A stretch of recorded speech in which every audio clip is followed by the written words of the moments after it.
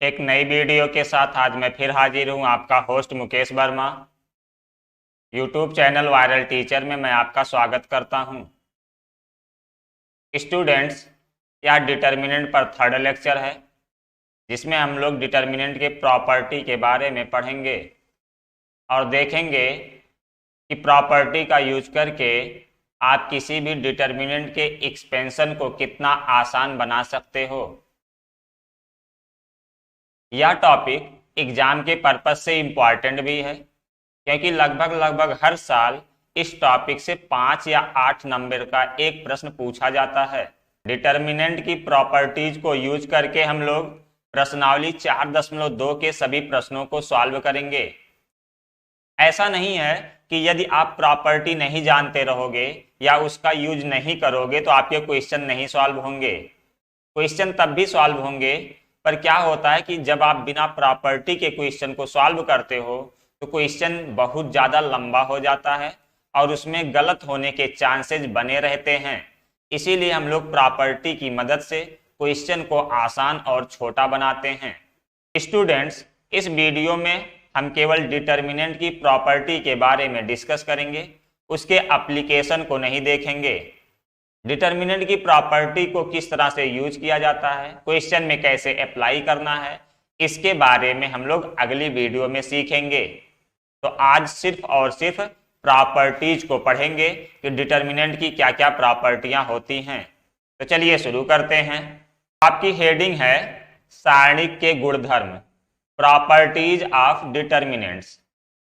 Determinant में हम लोग कुल 7 प्रॉपर्टीज पढ़ेंगे, एक एक करके देखते जाते हैं। इनके सीक्वेंस का कोई मतलब नहीं है, कोई भी आप आगे पीछे कर सकते हो। ये प्रॉपर्टीज आपकी बुक में आगे पीछे भी हो सकती हैं, पर टोटल जो हैं 7, इनको आपको याद रखना है। चलिए एक एक पर डिस्कशन करना शुरू करते हैं। सबसे पहली प्रॉपर्टी देखिए क्या लिखा हुआ है। किसी सारणिक के पंक्तियों तथा स्तंभों को परस्पर बदलने से सारणिक का मान अपरिवर्तित रहता है। जैसे मान लीजिए एक कोई सारणिक ए बराबर कुछ इस तरह से है 1 2 3 4। यदि आप इसके पंक्तियों को स्तंभों में बदल दीजिए तो सारणिक का मान अपरिवर्तित रहेगा। जैसे यहां पर देखिए पहली पंक्ति है 1 2, इसको पहला स्तंभ बना दीजिए 1 2। दूसरी पंक्ति है 3 4, इसको दूसरा स्तंभ बना दीजिए 3 4। तो अगर ऐसा आप करोगे तो सारणिक के मान में कोई परिवर्तन नहीं होगा। पहले भी ये था, अभी भी ये ए ही रहेगा। ठीक है। आव्यूह में, पिछले चैप्टर आव्यूह में आप देखे थे कि जब आव्यूह के पंक्तियों को स्तंभों में बदला जाता है तो उसे आव्यूह का परिवर्त कहते हैं। जैसे मान लो आव्यूह ए बराबर है A B C D E F G H I. तो जब इसके पंक्तियों को आप स्तंभों में बदलते थे तब इसे आप आव्यूह का परिवर्त कहते थे और इसे ए डैश या ए टू द पावर टी से प्रदर्शित करते थे, है ना। तो देखो जब इसके पंक्तियों को स्तंभों में बदलोगे तो पहली पंक्ति है ए बी सी, तो ये पहली स्तंभ बन जाएगी ए बी सी। दूसरी पंक्ति डी ई एफ, ये दूसरा स्तंभ बन जाएगा। तीसरी पंक्ति जी एच आई, तीसरा स्तंभ बन जाएगा। ठीक है। तो ये इसे आप कहते हो परिवर्त। क्या कहते हो? परिवर्त। अब आप आव्यूह का ही सारणिक लेते हो। एक आव्यूह ये ए है और ये इसका परिवर्त ए डैश है। यदि इन दोनों का हम सारणिक लें, यानी डिटर्मिनेंट ऑफ ए और डिटर्मिनेंट ऑफ ए डैश, तो ये दोनों बराबर होंगे। Determinant of A is equal to determinant of A dash. इसी को हम लोग इस तरह से भी लिख सकते हैं, determinant of A equal to determinant of A dash. कहने का मतलब किसी भी सारणिक के पंक्ति को स्तंभ में बदलने से सारणिक का मान अपरिवर्तित रहता है। जैसे एक एग्जाम्पल और देख लो। मान लो आपके पास एक सारणिक बी बराबर है 2 3 4 5 6 7 8 9 10। अगर आप इसका परिवर्त निकालोगे, यानी कि बी डैश निकालोगे, तो भी इसके मान में कोई परिवर्तन नहीं होगा, वो b के बराबर ही रहेगा। तो जो इसकी पहली पंक्ति है, जब इसे आप स्तंभ में बदलोगे तो ये बन जाएगा 2 3 4 5 6 7 8 9 10। इस तरीके से ये दोनों आपस में बराबर रहेंगे, इनके मान में कोई परिवर्तन नहीं होगा। ठीक है ना। चलिए अब हम लोग देखते हैं दूसरी प्रॉपर्टी। दूसरी प्रॉपर्टी में कहा जा रहा है कि यदि हम सारणी के किन्हीं दो पंक्तियों या किन्हीं दो स्तंभों को परस्पर परिवर्तित कर दें तो सारणी का चिन्ह परिवर्तित हो जाता है। कहने का मतलब, मान लो आपके पास एक सारणिक है a बराबर ABC DEF GHI। अब आप क्या कर रहे हो, इनके किन्हीं भी दो पंक्तियों को आप परिवर्तित कर दे रहे हो। देखो लिखा है, यदि हम सारणी के किन्हीं दो पंक्तियों या किन्हीं दो स्तंभों को परस्पर परिवर्तित कर दे तो सारणी का चिन्ह परिवर्तित हो जाता है। इसमें मान लो दो पंक्तियां, आप ये R1 और R2 को आपस में बदलना चाहते हो, तो जब ये बदल दोगे, यहां पर लिख दोगे DEF, यहां लिख दोगे ABC, यहां रहेगा GHI। तो जब ऐसा आप करोगे तो अब सारणी का चिन्ह बदल जाएगा, जो ये प्लस में था अब ये माइनस बन जाएगा। ठीक है, अब ये माइनस बन जाएगा। इसी तरीके से मान लो आप इसमें फिर से परिवर्तन करना चाहते हो, आप दूसरे पंक्ति को तीसरे पंक्ति से बदलना चाहते हो तो बदल दीजिए। ये बन जाएगा DEF, यहां हो जाएगा GHI, यहां हो जाएगा ABC। तो जब ऐसा करोगे तो इसका चिन्ह फिर से बदल जाएगा, एक माइनस पहले से लगा था और एक माइनस फिर लग जाएगा तो ये प्लस बन जाएगा। सेम टू सेम यही काम आप स्तंभ के साथ भी कर सकते हो। मान लीजिए एक सारणिक B बराबर है 1 2 3 4 5 6 7 8 9। ठीक, अब किन्हीं भी दो स्तंभों को आपस में आप बदलना चाहते हो। मान लो आप C1 और C3 को आपस में बदलना चाहते हो, तो जब बदलोगे तो यहां एक माइनस लग जाएगा। ठीक है, ये हो जाएगा 3 6 9 2 5 8 और 1 4 7। यही बात इसमें कहा जा रहा है कि यदि हम सारणी के किन्हीं दो पंक्तियों या किन्हीं दो स्तंभों को परस्पर परिवर्तित कर दें तो सारणी का चिन्ह परिवर्तित हो जाता है। ठीक है ना।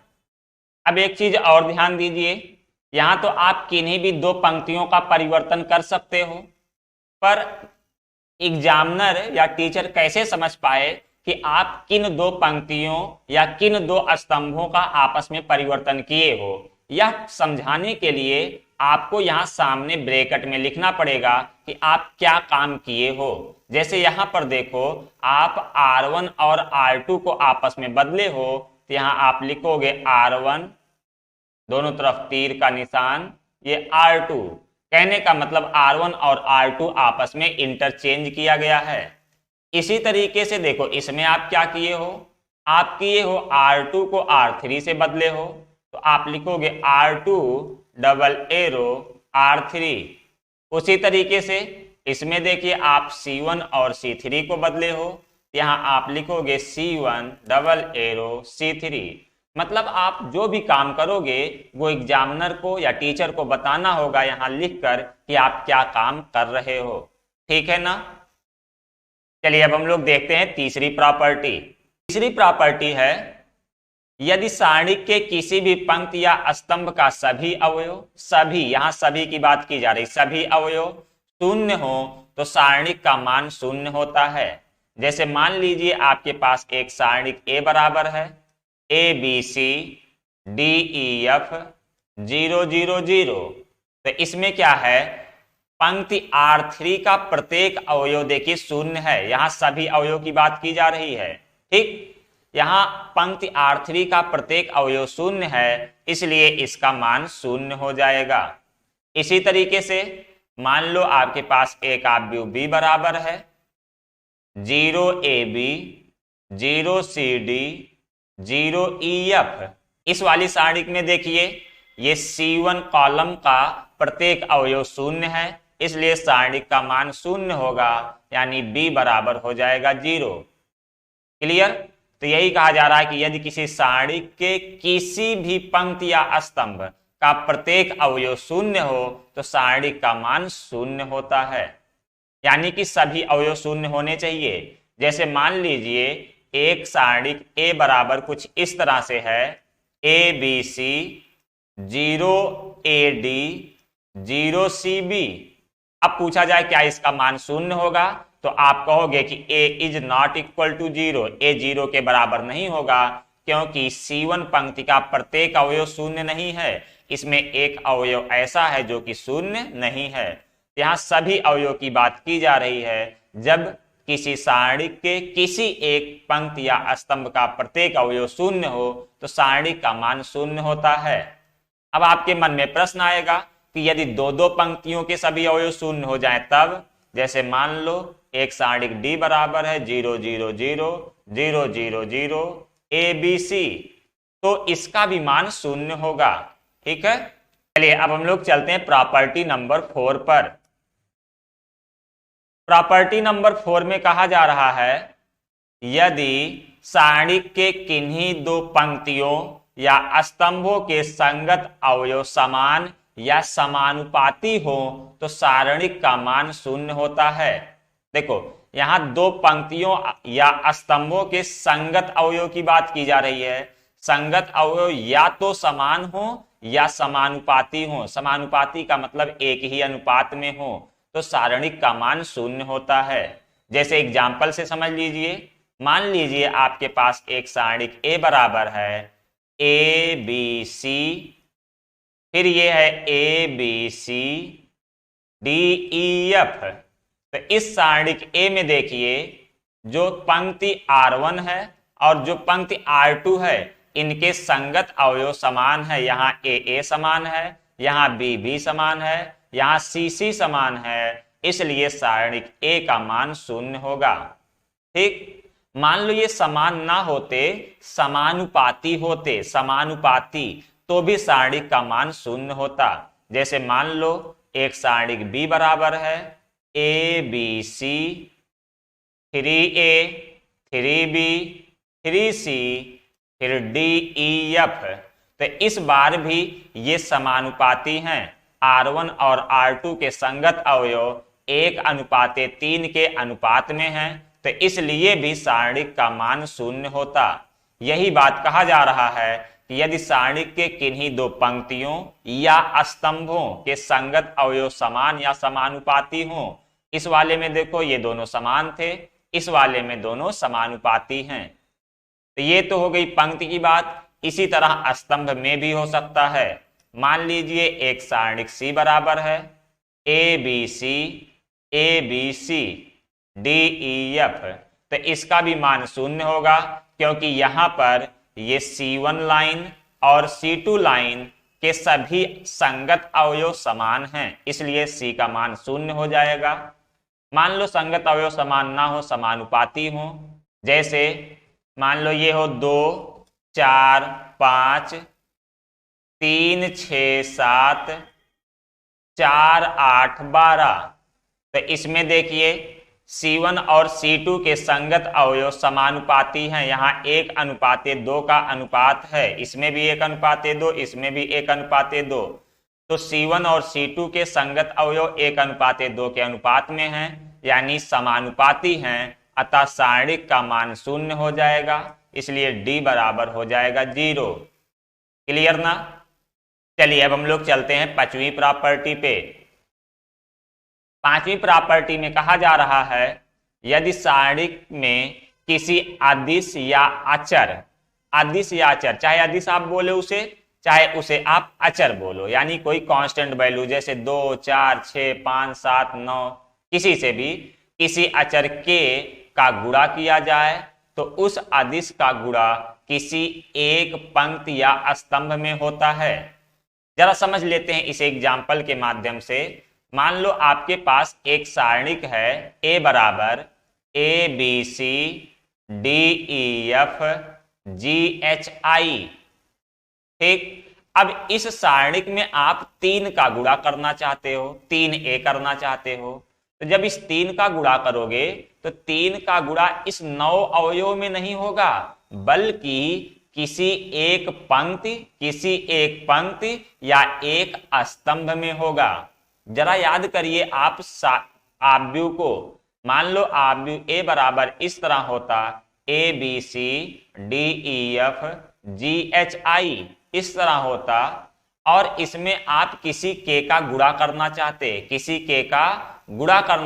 के ए करते, तो इस के का गुणा प्रत्येक अवयव में हो जाता था, के ए, के बी, के सी, इस तरह से के का गुणा प्रत्येक अवयव में हो जाता था। लेकिन डिटर्मिनेंट में इस तरह से नहीं होता है, डिटर्मिनेंट में इस तरह से नहीं होता। डिटर्मिनेंट में यदि आप किसी अचर के का गुणा करना चाहते हो तो किसी एक पंक्ति या किसी एक स्तंभ में होगा। आप अपनी जरूरत के हिसाब से जिस भी पंक्ति या स्तंभ में करना चाहो कर सकते हो। मान लो मैं R2 में 3 का गुणा करना चाहता हूं, तो मैं R1 को ऐसे ही लिख दूंगा ABC, अब इसमें 3 का गुणा कर दूंगा, 3D, 3E और 3F, और R3 को ऐसे ही लिख दूंगा GHI। ठीक है ना। मान लो जो ये 3 का आप गुणा किए हो, ये R2 में ना करके आप इसमें C2 में करना चाहते थे तो कर सकते हो, कोई फर्क नहीं पड़ेगा। तो ये हो जाएगा ADG, यहां बन जाएगा 3B, 3E, 3H, यहां बन जाएगा CFI। ठीक ना। कहने का मतलब जिस भी अचर का गुणा करोगे वो किसी एक ही पंक्ति में होगा, सारी पंक्तियों में नहीं होगा। अब एक बात और देख लीजिए, जैसे आप अदिश का गुणा किसी भी पंक्ति या स्तंभ में तो कर सकते हो, पर आपको यह बताना पड़ता है कि आप इस 3 का गुणा किस पंक्ति या स्तंभ में करना चाहते हो। जैसे यहां पर देखो, आप इस 3 का गुणा R2 में किए हो, तो इसे आप लिखोगे R2 एरो 3R2। जिस तरह से आप आव्यूह में करते थे सेम टू सेम उसी तरीके से यहां भी करना है। जैसे यहां आप C2 में 3 का गुणा किए हो, तो इसे आप लिखोगे C2 एरो 3C2। ठीक है। चलिए अब हम लोग चलते हैं प्रॉपर्टी नंबर 6 पर। प्रॉपर्टी नंबर 6 में कहा जा रहा है, यदि सारणिक के किसी एक पंक्ति या स्तंभ के, यहां देखिए ध्यान दीजिए, किसी एक पंक्ति या स्तंभ में कुछ या सभी अवयव 2 पदों के योगफल के रूप में व्यक्त हों, तो हम उस सारणिक को 2 सारणिकों के योगफल के रूप में व्यक्त कर सकते हैं। चलिए इसे हम एक एग्जाम्पल के माध्यम से समझते हैं। जैसे मान लीजिए आपके पास एक सारणिक A बराबर लिखा है A + B, C + D, E + F, यहां पर है GHI, JKL। ठीक। यहां पर देखो ये R1 पंक्ति का प्रत्येक अवयव 2 पदों के योगफल के रूप में लिखा है। यही बात ऊपर कहा जा रहा है, यदि सारणिक के किसी एक पंक्ति या स्तंभ, तो यहां पंक्ति में है, किसी एक पंक्ति या स्तंभ में कुछ या सभी अवयव, चाहे कुछ हो या सभी हो, तो इस बार सभी है, कुछ या सभी अवयव 2 पदों के योगफल के रूप में व्यक्त हो, तो हम उस सारणिक को 2 सारणिकों के योग के रूप में व्यक्त कर सकते हैं। यहां ध्यान दीजिए, R1 का प्रत्येक अवयव 2 पदों के योगफल के रूप में लिखा है, तो इसे हम 2 सारणिक के योग के रूप में लिख सकते हैं। पहले में लिखेंगे ACE, बाकी इन दोनों को ऐसे लिख दो GHI, JKL, फिर प्लस का चिन्ह लगाइए। अब दूसरा लिखिए BDF, बाकी R2 R3 को ऐसे ही लिख दीजिए GHI, JKL। लेकिन ये सोचिए कि अगर ऐसा एक के साथ नहीं 2 पंक्तियों के साथ हो जाए, जैसे C बराबर इस तरह से हो A + B, C + D, E + F, यहां हो जाए G + H, I + J, के प्लस एल, यहाँ बन जाए यम एन ओ। तो क्या हम इस प्रॉपर्टी को यूज करेंगे? देखो नियम तो कहता कि हाँ आप कर सकते हो, आप इसे कर सकते हो। पहले इस वाले को R1 को दो आप व्यू में तोड़ना, फिर R2 को दो आप व्यू में तोड़ना। तो इस तरीके से आपके पास 4 आप व्यू बन जाएगा और यह क्वेश्चन बहुत ही लंबा चला जाएगा। इसलिए इस प्रॉपर्टी का यूज आप सिर्फ और सिर्फ तब करिएगा जब किसी एक पंक्ति या स्तंभ में कुछ या सभी अवयव दो पदों के योगफल के रूप में व्यक्त हों।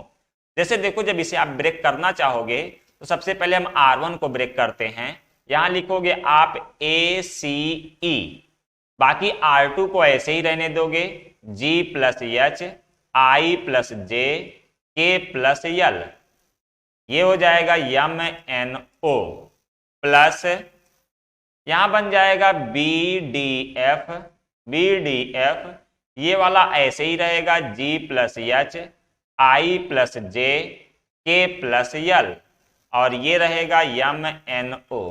तो अब देखो जब इसका फिर से आप प्रसार करना चाहोगे या फिर से प्रॉपर्टी लगाओगे तो अब R2 में लगाओगे, यहां से 2 सारणिक बनेगा और यहां से 2 सारणिक बनेगा। इस तरीके से कुल 4 सारणिक बन जाएगा और इस प्रश्न को सॉल्व करना कठिन हो जाएगा। इसलिए हम यही सजेस्ट करेंगे कि इस प्रॉपर्टी का यूज सिर्फ और सिर्फ तब करिएगा जब किसी एक पंक्ति या स्तंभ के सभी अवयव योगफल या घटाव के रूप में लिखे गए हों।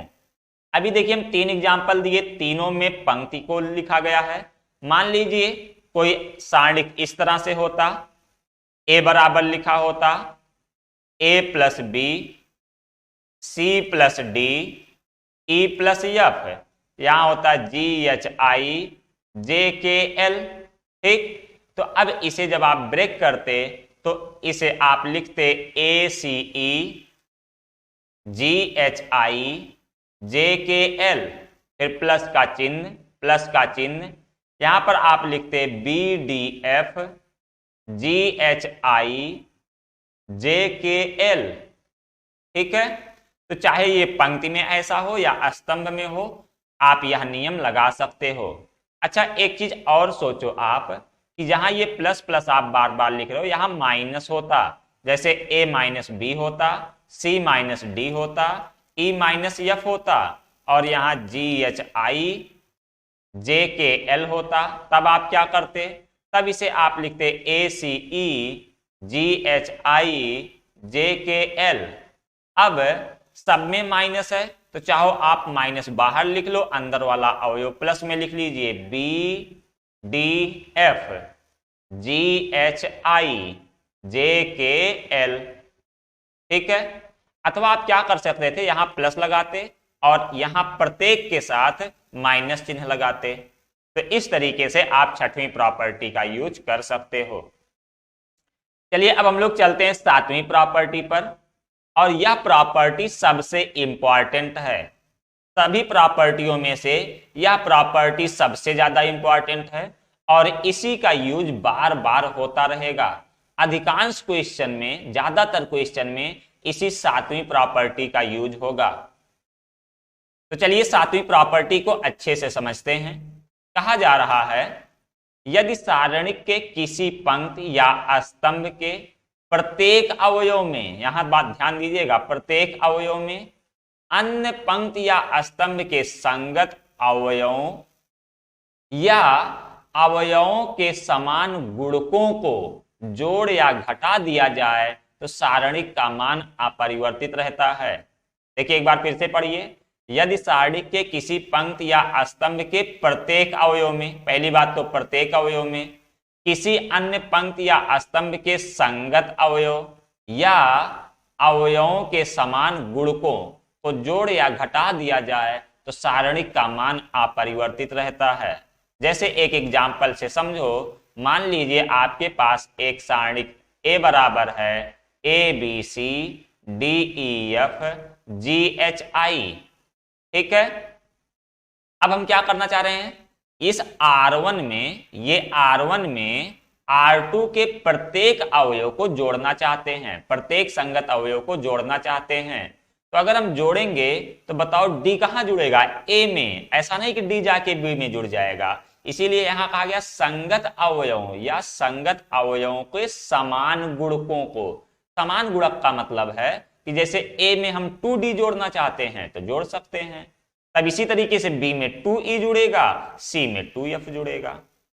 तो हम किसी भी पंक्ति या स्तंभ में किसी अन्य पंक्ति या स्तंभ के संगत अवयवों या उसके समान गुणकों को जोड़ या घटा सकते हैं, घटा भी सकते हैं। घटाया जाए तो सारणिक का मान अपरिवर्तित रहता है। तो देखो, मैं मान लो R1 में R2 को जोड़ना चाहता हूं, तो ये मेरा बन जाएगा A plus D, B plus E, C plus F। बाकी R2 और R3 को इसी तरीके से लिख दीजिए। तो जब ये काम आप करोगे तो सारणिक के मान में कोई परिवर्तन नहीं होगा। पर ध्यान दीजिए, जो भी आप काम करोगे उसे एग्जामिनर को या टीचर को बताना भी होगा कि आपने क्या काम किया है। तो यहाँ ब्रैकेट में आपको लिखना होगा, तो आप लिखोगे R1 arrow R1 plus R2, ठीक है ना। इसी तरीके से मान लीजिए मुझे इस सारणिक में जो सारणिक अब प्राप्त हुआ है ये वाला, इसमें मुझे R3 में से R2 को घटाना है, तो बाकी तो ऐसे ही रहेगा A plus D, B plus E, C plus F। R2 को ऐसे लिख दीजिए D E F।